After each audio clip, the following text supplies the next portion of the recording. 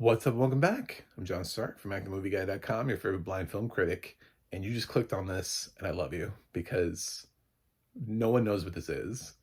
Um, so let's talk about it. Why did I choose to review ZombieCon? What is this? This movie, if you search it on IMDb, shows up as being released in 2018. This is one of those movies that's a little bit like Distant, where it has like another title, like Rotten Tomatoes has it listed as ZombieCon Volume 1. I also had to do hard searching for it. Like on IMDb, this is one of the reasons why. This is an explanation video. Stick with me on this, and you'll never go hungry again.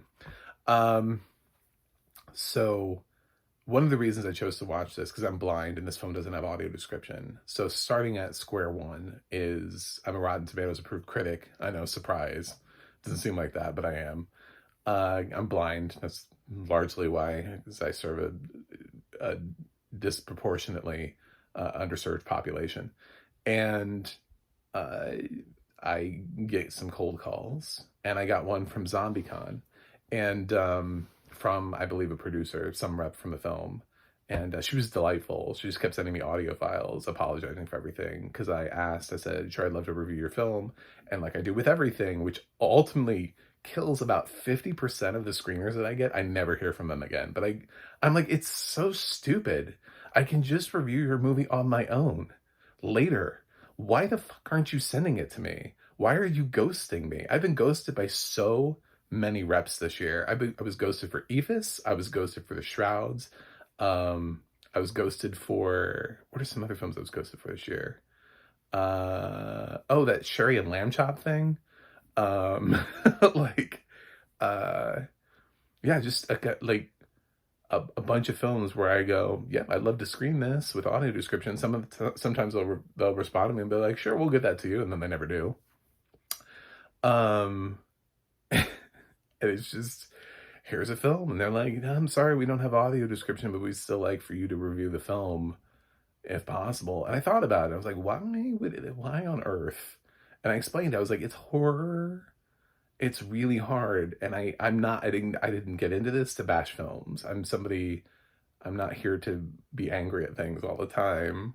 I got into film criticism when I could see because I wanted to tell people about the movies I liked. Not because I wanted to yell at things. Be mad at movies.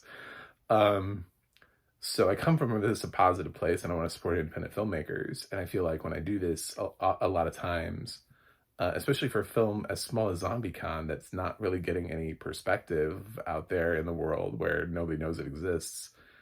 Why am I doing this? So the reason for that is, why did I bother to talk about ZombieCon? I already have a review up, and it's already on the tomato meter. Is uh, again, nobody knows this film exists. So yeah, they reached out to me. There was a cold call. I've gotten several cold calls for some really bizarre films. None of them have audio description, and I might review the rest of them depending on the interaction. I did this one because she was very polite and adamant about still wanting my review. Some of the other people have been like, no, we don't have audio description. And then just, bye. Okay. So, um, on IMDb, ZombieCon isn't even the number one search result for its own title. And on Rotten Tomatoes, when I searched for it, it didn't even show up as a search result. I had to go to Punky Johnson and search her filmography to get ZombieCon Volume 1. And it hadn't been reviewed. It was no score yet with no reviews. I was like, that's why they want the reviews. Because they want to appear. They need somebody to acknowledge the film's existence who's on the tomato meter. And I know this sounds crazy, and here's how I've justified it in my mind, is that the way that the tomato meter works is that a certain amount of critics have to review a film for it to ever have a score. So it shows up as no score yet. So like one producer for a film, whose the name of the film rhymes with Farshmallow, was not happy that I reviewed their film because it didn't have audio description, and it lowered the score because it's a horror movie without audio description. So naturally, I had a hard time with it. Um, and I don't know, maybe they'll make audio description for it. I don't think they will. They said if you make audio description, will you watch the film? And I was like, will you rewatch it and re-review it? I was like, yes, of course I will. That's the whole point. That's why I'm doing this, is to expand accessibility and audio description in film and talk about it critically from a blind perspective. Duh. Like, I re-review anything. I've re-reviewed everything that I've touched, even for films. I had documentaries last year that gave me audio description, that their reps just like failed to give me their audio description track, but they had one. Body Politic was one of them. What was that other one? There was one that was that park that anyway, I forgot the name of that documentary. I made reviews of both Flo and Amelia Perez when they didn't have audio description, which I'm told I was a big proponent in helping them get audio description. So I re-reviewed both of those. Yeah, so I would re-review anything that I called out for lack of accessibility. And here, same ZombieCon, if you ever get audio description, I'll re-review you have to get a certain amount of votes to be on the tomato meter. Otherwise, you just show up as no score yet. So, if they roll the dice, I mean, if they somehow were to get a whole bunch of sighted people, like if they know what they have is good, which I think it probably is, I don't think this thing is going to be a 0% on Rotten Tomatoes unless their practical effects are just god awfully atrocious, like. Unless they're just like really just unself-aware of what their practical effects look like, which I'm assuming they have a lot of practical because it's just cheaper to do practical sometimes. But it's a horror movie, and if people can like it, then they'll get the score. And even if my rotten is there and there are 9 freshes, that's still a 90%. But if they have 9 freshes and they need a 10th review to appear, I don't think they give a shit what it is. Because you need that score, you need to hit the minimum, and if nobody's even reviewing you, then it's like you don't even exist. So I'm trying to help put ZombieCon even on the map. So with all of that lead in, what is ZombieCon?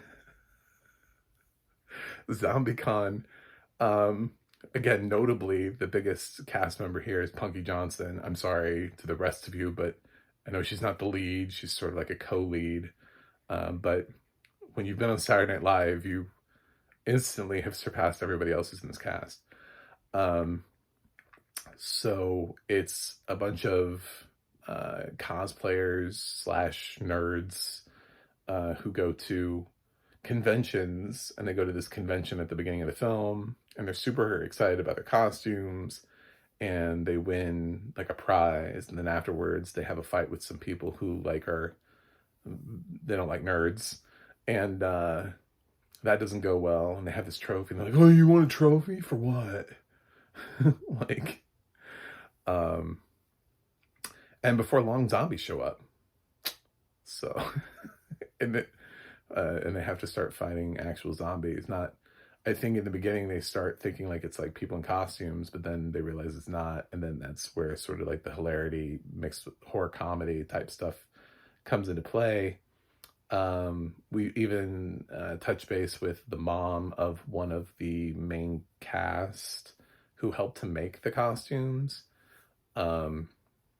So it's got a decent sized cast. It has a plot. It has a really energetic pop punk soundtrack to it that I liked.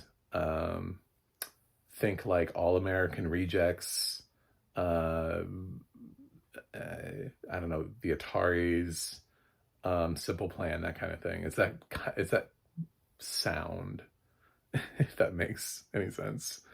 I have no idea who did the music to this, but yeah, it was fun. It lets you know that it's trying to be fun and energetic, which is good for horror comedy. Made me think more of like Zombieland than Walking Dead, So,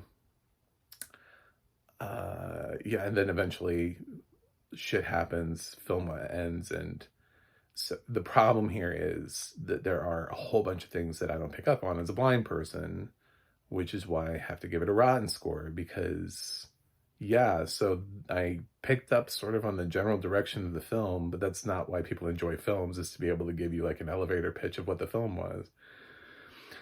So they're cosplayers, they're in costumes, but I don't know what their costumes look like. There's no description of them. Actually, you don't even have descriptions of them. I have no idea what these cast members look like.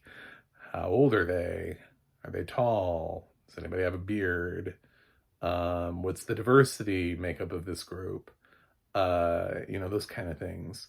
And audio description helps a lot with, who is who, because it'll say something like, Punky opens the door, David walks inside, Mark follows. You know what I'm saying? Like, so it helps you keep track of where everybody is because we don't have the ability to see and never discount your facial recognition. I used to be able to see, so this is another reason why I'm able to thread this line a little bit differently than some, because I actually conceptually understand what's on the other side of this fully, having been on the other side of it. The horror, it's a horror movie, so we never understand the gore. I don't understand any of the kills. I don't understand when anybody's in any real danger. Is it gory? Is it not gory? How gory is it? What do the zombies look like? Is there some cool creature design I should be aware of? How many are there? Is it one? Is it 100? When people are screaming, what are they screaming about? How in danger are they? Or are they just screaming because in general it's a zombie movie? All the way through the movie. That's basically, that's sort of like centric to the movie. I mean, it's about nerds, and I don't know what their stuff looks like at all. And then it's about zombies. I don't know what the zombies look like. I don't know what the horror looks like. I don't know. I never know who died or who's missing or who's in danger or who's being attacked or anything like that. The only voice I could really pull out was Punky's because I'm familiar with her from Saturday Night Live. I hope she uses she, them, she, hate, she, her pronouns. I don't know if Punky uses they, them pronouns. I apologize. So that's that. That's ZombieCon. I gave it a 2.8 out of 10. Because to be totally honest, Punky's got some good one-liners. The score was fun. There was some, there was a little bit here that made it not like the worst thing I'd seen this year without audio description, which so far has been Push. Officially on the tomato meter is Push, which is almost void of dialogue. And it's also, the funny thing is I enjoyed this more than I did watching either War of the Worlds or Medea's Destination Wedding, which are both atrocious. And also I would say, like, I think I scored this above Hurry Up Tomorrow. So there's probably a couple movies that it's a little bit above.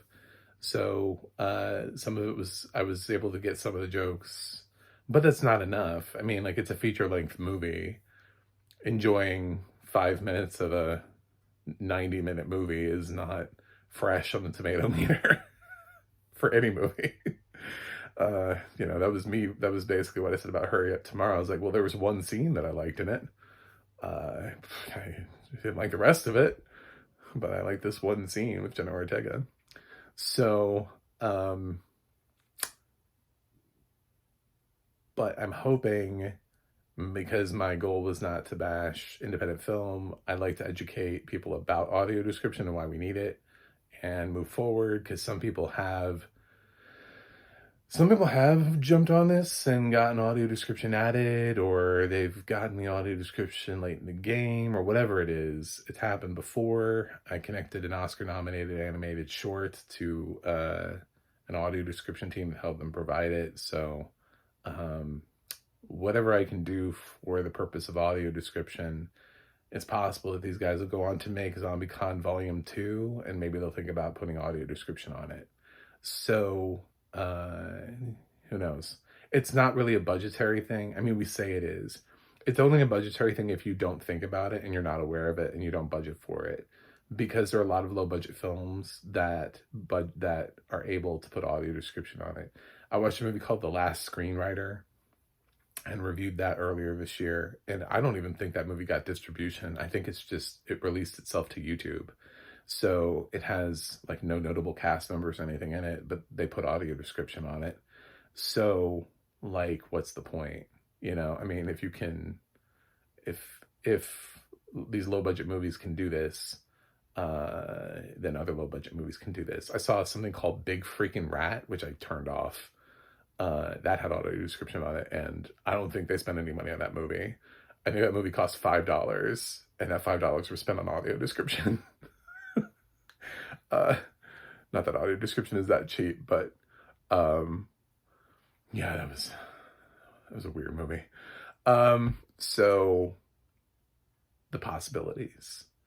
But hopefully I helped ZombieCon, even though I gave it a negative review, because it's like people don't even, it's not even the #1 search result for its own name, which makes no sense.